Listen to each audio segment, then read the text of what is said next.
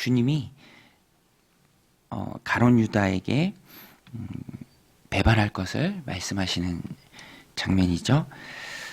가룟 유다는 주님의 제자입니다. 그럼에도 불구하고 은 30에 주님을 팔았죠. 가룟 유다가 예수님을 판 데에는 돈에 대한 그 욕심도 있었지만 또 오늘 본문이 잘 말해주는 것처럼 그 배후에는 사탄이 있었습니다. 그래서 그 악한 마음이 사탄에게 보이는 틈이 됐고요. 그 틈을 놓치지 않고 또 사탄은 그를 지배하고 또 조종합니다. 틈이 무엇입니까? 그의 철저한 이중적인 모습이죠. 겉으로는 전혀 그렇지 않은 척 하지만 속에는 이미 예수님을 팔 계획을 가지고 있었다라는 것입니다. 그러나 이중적으로 생활하지만 주님은 다 아셨습니다. 다른 사람은 속일 수 있었지만 주님은 속일 수 없죠. 그래서 주님께서는 이런 유다를 향해서 주님이 제자들의 발을 씻기실 때도 주님 말씀하시죠. 너희가 깨끗하나 다는 아니다. 의미심장한 말씀입니다. 가룟 유다에게 주신 말씀이죠. 듣고 깨닫고 돌이키라, 회개하라 라는 주님이 주신 기회입니다. 그러나 유다는 끝까지 모른 척합니다.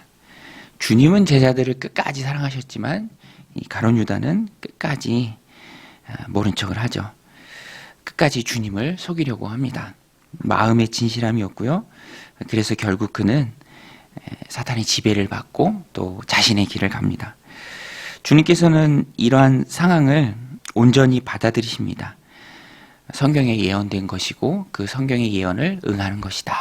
제자가 가까이 있는 제자가 팔 것이다. 성경에 다 예언이 되어 있죠. 오늘 말씀 18절에 보면 내가 너희 모두를 가리켜 말하는 것이 아니니라. 나는 내가 택한 자들이 누구인지 알미라. 그러나 내 떡을 먹는 자가 내게 발꿈치를 들었다 한 성경을 응하게 하려는 것이니라.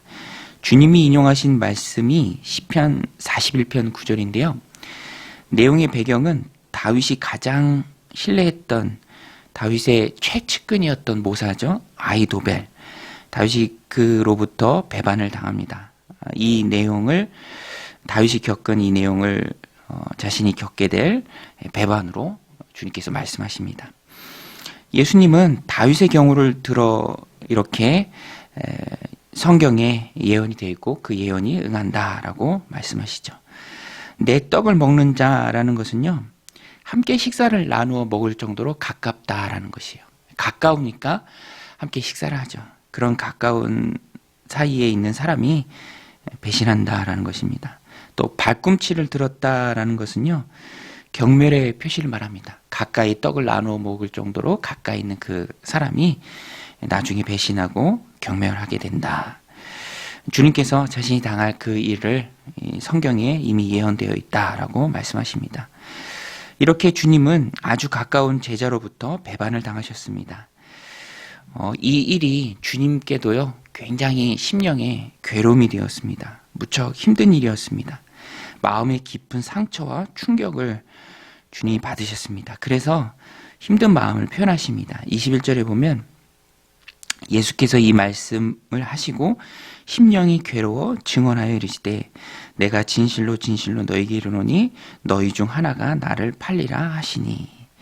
사랑하는 제자로부터 배반당하는 그 일은 주님에게도 힘든 일이었습니다. 오늘 본문에 나오는 가룟 유다의 배반과 그로 인해 심령에 괴로워하시는 주님을 보면서 우리가 깨닫는 게 있습니다. 주님은 제자된 자들의 모습을 통해서 기뻐하실 때도 있고요. 또 오늘 본문처럼 괴로워하실 때도 있다라는 것입니다. 가룟 유다는 주님께 큰 괴로움을 주었습니다. 그의 이중적인 모습 때문입니다. 철저히 속이는 모습이죠. 돈을 사랑하는 마음이 그에게 있었고요. 또 자기중심적이며 위선적인 마음이 결국 그를 썩게 했습니다.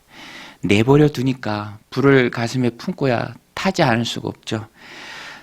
썩은 것이 마음에 있는데 그 마음이 온전할 리가 없습니다. 그래서 주님이 여러 차례 주신 회개의 기회도 이 가룟 유다는 잡지 않습니다. 그런 마음이 약한 틈이 되었고요. 결국 사탄의 지배를 받고 또 어둠 가운데로 나아갑니다.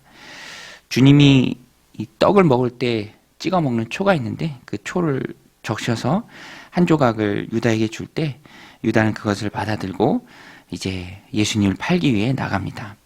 그런데 오늘 본문이 의미심장하게 말합니다. 그때가 밤이었습니다. 어두운 밤이었습니다. 오늘 말씀 30절이죠. 유다가 그 조각을 받고 곧 나가니 밤이로라. 빛 대신 주님을 버리고 어둠 가운데로 뛰쳐나가고 있습니다.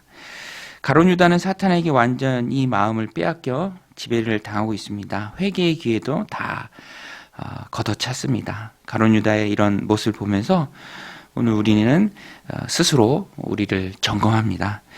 내 모습을 보시고 주님이 느끼시는 감정은 무엇인가? 오늘 우리는 주님의 기쁨이 되고 있는가? 주님의 기쁨이 되기 위해서는 우리의 마음을 잘 지켜내야 합니다. 가룟 유다처럼 이중적이고 위선적인 모습이 아니라 있는 모습 그대로, 부족한 모습 그대로 주님 앞에 나아가서 주님 앞에 털어놓아야죠. 자신을 숨기고 꽁꽁 싸매는 것이 아니라, 속이고 위선적으로 행하는 것이 아니라 있는 모습 그대로 주님 앞에 나아가서 주님 앞에 마음을 쏟아놓고 주님이 주시는 위로와 또 주님이 주시는 회복의 은혜를 누려야 합니다. 오늘 주님도요, 힘든 일이 있을 때, 가룟 유다가 파실 것 아시고 힘든 일이 있을 때 자신의 그 힘든 마음도 제자들에게 털어놓습니다. 하물며 주님의 제자된 우리야 얼마나 진솔하게 우리의 마음을 우리 주님 앞에 털어놓아야 합니까? 주님 앞에 늘 진실함을 유지하는 방법은 우리의 마음을 주님 앞에 내려놓고 또 주님의 말씀이 우리에게 임했을 때 깨닫고 그것을 감추고 또 피하는 것이 아니라 회개하는 것이죠. 고백하고 자백하는 것입니다. 다윗이 위대한 이유가 회개의 사람이었기 때문입니다. 밧세바 사건으로 나단 선지자가 와서 내가 그 사람이다, 당신이 그 사람이다 라고 말했을 때 지체하지 않고 엎드려 회개했습니다. 회개는 영혼의 생명줄이고요, 하나님의 은혜를 늘 우리들 삶 가운데 머무르게 하는 소중한 통로입니다. 가룟 유다가 망한 것은 주님을 팔았기 때문에 망한 것이 아니라 회개가 없었기 때문에 망한 것이죠. 똑같이 베드로도 주님을 3번이나 부인했잖아요. 마지막에는 저주하면서 부인했고요, 가련한 주님의 눈과 마주쳤음에도 부인했습니다. 그러나 베드로에게는 회개가 있었고요, 오늘 유다에게는 회개가 없었다라는 것입니다. 차이라면 그 차이죠. 마음을 숨기고 위선적으로 행하고 끝까지 주님을 속일 수 있다는 그 마음에 가지고 있었을 때 그것이 마귀의 통로가 됩니다. 오늘 우리는 이 말씀을 마음에 새기고 회개의 기회를 놓치지 않고 어느 때든지 말씀이 나를 꼬집고 도전되었을 때에 주님 앞에 나아가 회개함으로 더 큰 은혜와 사랑을 누리는 저 여러분들이 다 되시길 바랍니다. 또 오늘 말씀에는 예수님께서는 하나님께서 정하신 그 고난의 길을 다 가십니다. 사랑하는 제자가 자신을 배반하고 그렇게 하지만 멈추지 않으시죠. 배반하는 제자 유다를 향한 심령의 괴로움은 있었지만 담대하게 그 유다를 향해서도 말씀하십니다. 내가 행하려는 그 일을 속히 행하라. 27절 말씀입니다. 조각을 받은 후 곧 사탄이 그 속에 들어간지라. 이에 예수께서 유다에게 이르시되 내가 하는 일을 속히 하라 하시니. 사랑하는 제자의 배반이라는 이 마음의 괴로움도 주님의 가시는 그 십자가의 길을 막지 못했습니다. 주님이 가시는 길의 배반은 어떠한 면에서는 예언된 것이고요, 또 당연한 것이죠. 주님은 그것을 온전히 받으셨습니다. 마음의 괴로움도 또 육신의 고통도 당연하다라는 것입니다. 그래서 주님은 물러섬 없이 담대하게 말씀하십니다. 내 일을 행하라. 오늘 우리도 나의 십자가가 있죠. 주님을 따를 때 내가 나를 부인하고 짓고 가야 할 십자가가 있습니다. 그 십자가를 지고 주님을 따를 때 겪는 마음의 고통이 있습니다. 배신도 있고요, 또 여러 가지 고난이 있다라는 것입니다. 그러나 내가 가는 그 길이 주님이 기뻐하는 길이고 또 주님이 인정하는 길이고 주님이 내게 명령하신 길이라면 오늘 우리는 주님이 그러셨던 것처럼 위축되지 않고 멈추지 않고 담대하게 그 길을 걸어가야 합니다. 오히려 주님이 그러셨던 것처럼 그래 속히 행하라. 세상을 향해서도 또 악한 대적자를 향해서도 우리가 그렇게 말할 수 있어야 합니다. 피하지 않는 마음으로 걸어가야 합니다. 모든 것을 하나님께 맡기고 우리의 십자가를 지고 주님을 따라가야죠.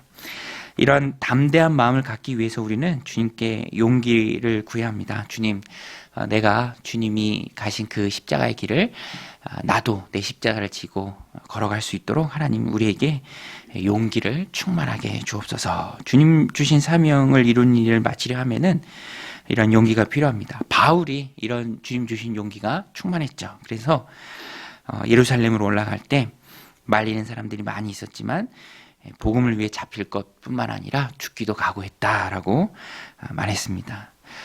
주님이 주신 사명, 은혜의 복음을 전하는 그 일을 마치려 하면은 내 생명조차 귀한 것으로 여기지 않는다라고 담대하게 고백했죠.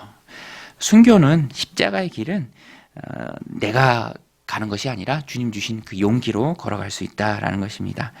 주님이 가신 십자가의 길은 용기가 있어야 따라갈 수 있습니다. 세상의 협박에 굴하지 않는 믿음의 길도 주님 주시는 담대한 마음이 있어야 가능합니다.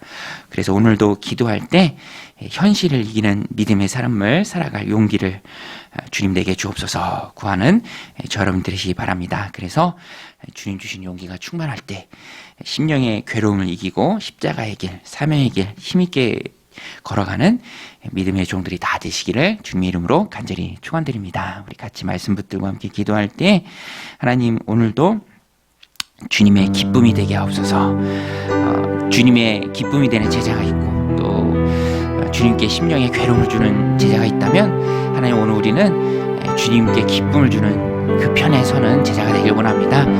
내 모습을 보면서 주님이 기뻐하는 그런 믿음의 길을 힘있게 걸어가는 우리가 되게 하옵소서. 또 그 믿음의 길을 걸어가기를 다짐할 때 하나님 필요한 담대한 마음, 용기 우리 안에 부어주옵소서. 그래서 세상을 향해서도 담대하게 내 일을 속히 행하라 라고 말할 수 있는 용기가 100배 충만한 우리가 되게 하옵소서. 우리 함께 기도하며 나가겠습니다. 하나님 아버지 오늘도 저희들